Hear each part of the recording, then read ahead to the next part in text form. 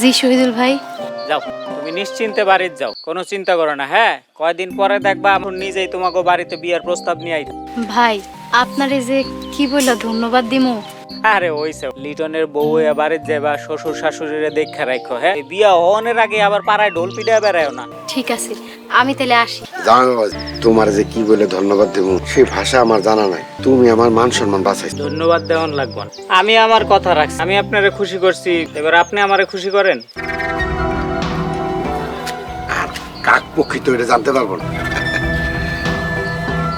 কয়দিন পরে আপনি আমাকে আত্মীয় হইবে, বিষয়টা বুঝতে পারছেন তো? আত্মীয় মানুষ গুন্না দেখলাম বরাবর আছে তো। জামাই বাবা, এই যে নিয়ে বাড়িতে বসে গুনে ধো, যদি কম পড়ে তাহলে আমার কল দিও, আমি তোমার নগদে পাঠাই দেবো। ঠিক আছে, কথা তাহলে ওইটাই থাক।